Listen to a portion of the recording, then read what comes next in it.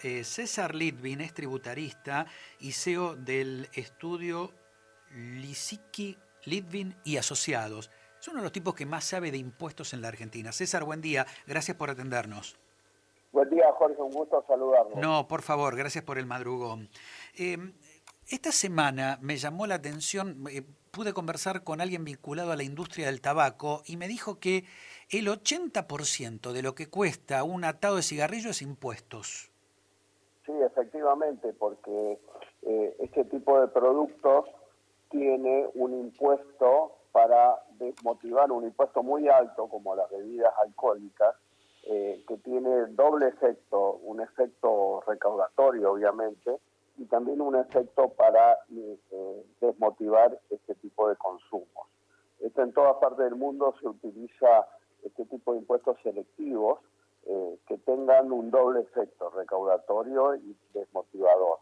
Pero sí es cierto, Jorge, que hay muchísima incidencia de impuestos en los precios de otros productos que no son desmotivantes. Básicamente, en los autos cerca del 50% del precio son impuestos, básicamente en los de alta gama, y en algunos productos alimenticios está cercano al 40%. Impresionante. Y a ver, por ejemplo, si uno agarra, cualquiera de las personas que nos está escuchando, agarra la factura de la luz. O sea, yo digo, Ah, no es que la ley dice que no te pueden aplicar impuestos sobre impuestos, digo la factura de la luz, del gas, del agua. Vos ves que hay un montón de impuestos. Eso, por lo sí. que yo interpreté, la ley lo impide hacer. Sin embargo, la factura revela otra cosa. Bueno, hay que tener en cuenta que la Argentina tiene un sistema de federalismo fiscal. Para que la audiencia lo entienda, significa que tanto la nación como las provincias, como los municipios cobran impuestos. Esa es la traducción del federalismo fiscal. Y eso repercute en la cantidad de tributos que hay en Argentina. Ya superamos la barrera de los 170 tributos que hay en Argentina. Entonces, ¿170 por su impuestos sí, existen en la Argentina? entre nación, provincias y municipios. Pero decime, ¿un sistema así está hecho para cumplir o para evadir? No, no, está hecho para la complejidad y está hecho como un espantapájaros para las inversiones, porque cuando queremos explicar a futuros inversores toda la carga y la complejidad tributaria, nos da pudor.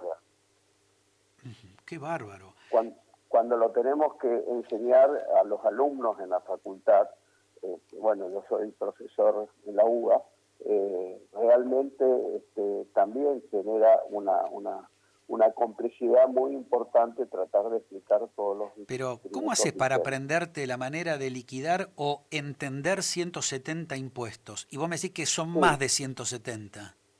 sí, básicamente son más de 40 a nivel nacional, 43 a nivel provincial y el resto son distintos tributos municipales, que ahí es donde también ves las facturas de servicios.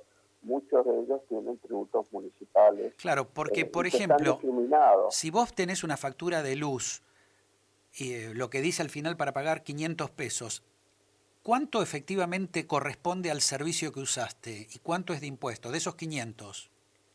Bueno, no te lo puedo decir con mucha precisión, pero más o menos en algún momento hice un cálculo y cerca del 40% de los servicios son impuestos. Qué bárbaro. Están distribuidos en varios, pero en rigor de verdad, porque todos estos tributos, gran parte de estos tributos, que no están discriminados en el precio cuando compras Ujú. cualquier producto, hay un contenido impositivo importantísimo. Por ejemplo, de Ya un que, auto, ¿cuánto es impuesto? El valor y total de un de un auto. auto, los de alta gama están cerca del 50%.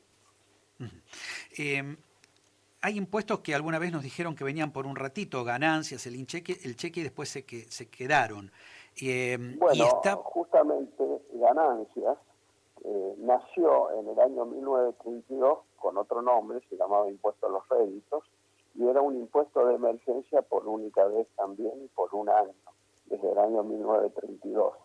Bueno, la emergencia se fue renovando y el otro impuesto que nació en forma transitoria, y esa palabra transitoria en materia impositiva genera risa, fue el famoso impuesto a los débitos y créditos bancarios, que nosotros lo llamamos impuesto al cheque. Ese impuesto nació, si recordás, en plena crisis del año 2001, con los superpoderes, y la idea era que dure no más de un año. Mira. Bueno, este impuesto, que sigue vigente, ya es un adulto. ¿Es una solución sacarle el IVA a los alimentos en este momento de tanta necesidad económica? ¿Se puede o es...? No sirve sacar el IVA a los alimentos. Hay que utilizar un criterio diferente que la tecnología lo permite. Porque si sacas el IVA a los alimentos, beneficias a los que pueden pagar el IVA de los alimentos. Entonces hay que ir directamente a la gente que no puede pagar el IVA de los alimentos con un sistema de devolución del IVA de los alimentos. Porque vos, yo, podemos pagar el IVA de los alimentos, pero gente que no puede pagar, entonces habría que generar un sistema de devolución a la gente que no puede pagar. Eso se puede hacer porque la tecnología hoy lo permite. Está bien, y déjame hacerte un par de preguntas En finales. definitiva sería no cobrarle el IVA a los alimentos a la gente no pudiente. Bien, par de preguntas finales. El impuesto llamado a los ricos, que un sector del oficialismo quería impulsar en el Parlamento y que ahora se demoró, ¿vos lo ves viable? La verdad que me parece una pésima idea, porque justamente después de la pandemia, aquellos contribuyentes que son los que tienen más capacidad contributiva son los que pueden sacar el país adelante con inversiones. Para que se entienda, esta pandemia va a generar mucho desempleo, muchos comercios, muchas industrias están cerrando, y eso va a generar pérdida de empleo. Sí, escuché a mucho pequeño y mediano empresario decir, bueno, la única salida que vemos es que nos den como un perdón a todos de las deudas impositivas, de los créditos para poder arrancar, porque si no, después de la pandemia no hay plan, hasta ahora conocido, pero la verdad va a ser muy difícil. Sí, ¿Vos claro que lo sí. ves viable? Pero, ¿Existió alguna vez en la historia de la Argentina un perdón, un borrón y cuenta nueva de todo lo que debés? sí, existieron, pero no significa un perdón total, significa una moratoria que está vigente, ¿sí? Y que se acaba, en el día de ayer salió en el boletín oficial, se acaba de prorrogar la vigencia hasta el 31 de julio, y bueno, eso de alguna manera permite pagar todas las deudas acumuladas hasta en 10 años con reducción de intereses. Bien. Y con pero no perdón, es decir, no borrón y cuenta nueva, ¿no? No borrón No y pito cuenta nueva, catalán. pero Bien. pero estas moratorias son buenos instrumentos para aquellos que no pudieron pagar. Pero respondiendo un poco al impuesto a las grandes fortunas, Sí. hay que recordar que a fin del año pasado se generó un incremento exorbitante sobre un impuesto parecido que se llama impuesto sobre los bienes personales. Ajá. El impuesto sobre los bienes personales, cuando nació en la década del 90, se lo llamó impuesto a la riqueza, ¿sí?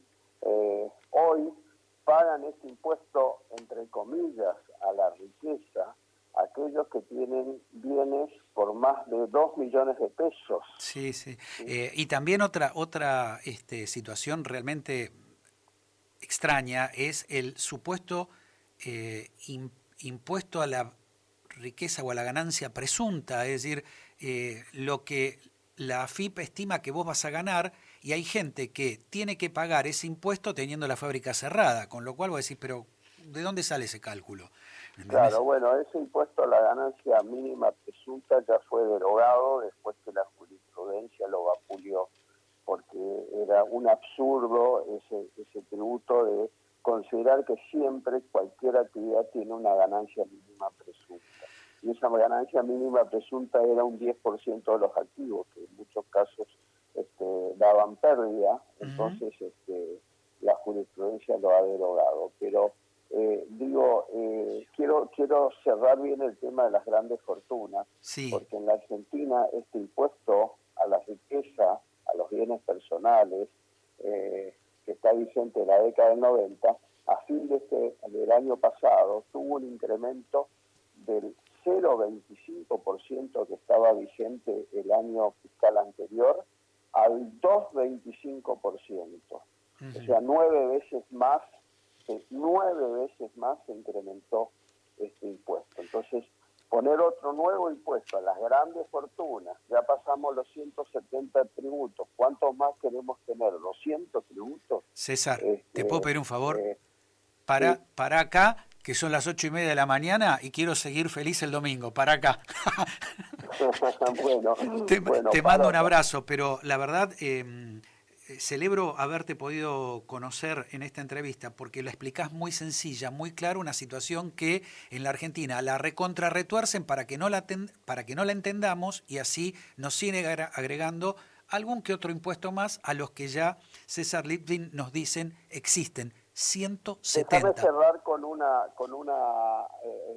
una frase optimista. Sí, claro. Eh, el sistema tributario es como una herramienta, como un martillo. Se puede usar para algo bueno o algo malo. Se puede usar para construir o para destruir. Es hora de que usemos el sistema tributario para motivar actitudes y como una herramienta para generar empleo y inversión. O- Ojalá sirva, ojalá sea como decís vos. Gracias por habernos atendido. El doctor César Litvin, tributarista y CEO del estudio Lusiki Litvin y Asociados.